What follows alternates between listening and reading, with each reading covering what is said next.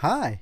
Within this lecture, we're going to finish our download implementation of backdoor and listener. And let me try to exit, not exit, but quit out of this tool.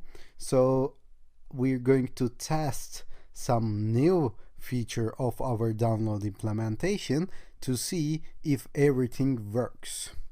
So I'm opening a browser and I'm going to google.com because I want to find an image, okay? So I'm searching for Metallica image, but you can search for any image that you want. All we need is a JPEG or PNG file to test our backdoor and listener with. So I'm going to download this, okay? I'm going to save this picture as a JPEG in my desktop.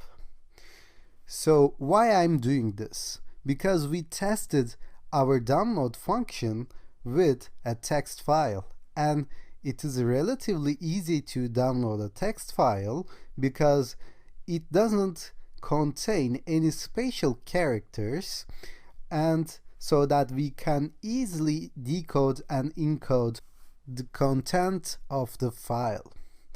But in here, we're going to have some difficulties. By the way, it's easier for us to have a simpler name like Metallica in here so that we won't spend so much time in terminal. So let me start my listener and then my backdoor later on, so that I'm going to download this metallica.jpg. So let me see if I can download this right now. If I hit enter, it will get stuck in here. And the reason is clear when we go back to our Windows machine. If you go back to here, you will see that this has an error message in here. So let me stop this listener by hitting Ctrl+C in my keyboard and go back here. So if we read this error message, we will see that it cannot decode some special characters. This is actually the same problem that we have encountered within the previous section. Okay, so if you remember, when we introduced some special characters like Turkish characters, we couldn't decode it. But this time, this doesn't have any special like Turkish or Japanese characters, but instead it has some special characters in binary code itself. So let me show you. If you open any notepad and try to open the JPEG file with notepad, okay, and of course you will have to select all files from here in order to open a JPEG. If you double click on it, it will show you the content of the JPEG file. And as you can see, there are a lot of junk characters in here. It kind of looks like complicated way of displaying things.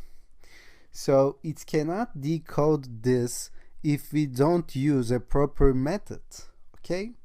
And in order to properly decode this, we have to use something called base64 encoding and decoding, because maybe we don't have such smooth files in text as well, and we have to make sure that we have some appropriate coding in here when we read the file and when we send the file. Okay, so we are going to import a library, a module called base64 up here. Then if you go to get file contents, when you return the contents of this file, you can use this module called base64 and say base64 dot base64 encode. And of course you have to surround this myfile.read in parentheses. Okay, so let me save this.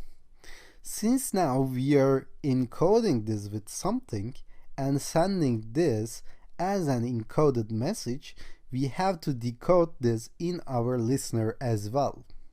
So we are going to use the same module in our listener when we try to write this content.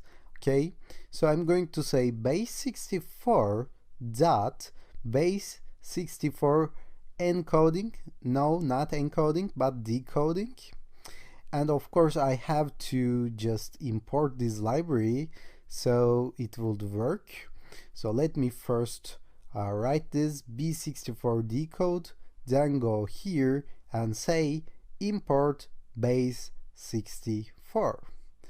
So now I'm sending an encoded message and I'm decoding it in my save file function.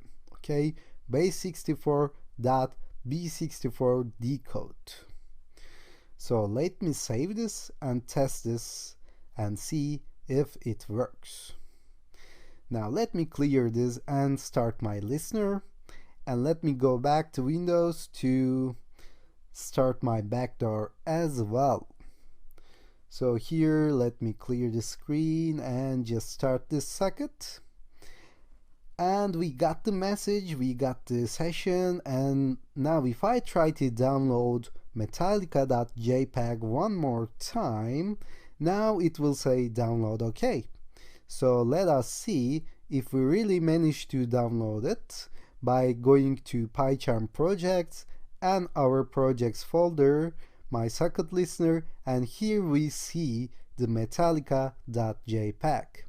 If I double click it, it will just pop open on my Kali Linux machine. So now we have a complete download function. So let us stop here, and it was quit one more time. Let us stop here, and within the next lecture we're going to discuss how we can implement upload functionality as well.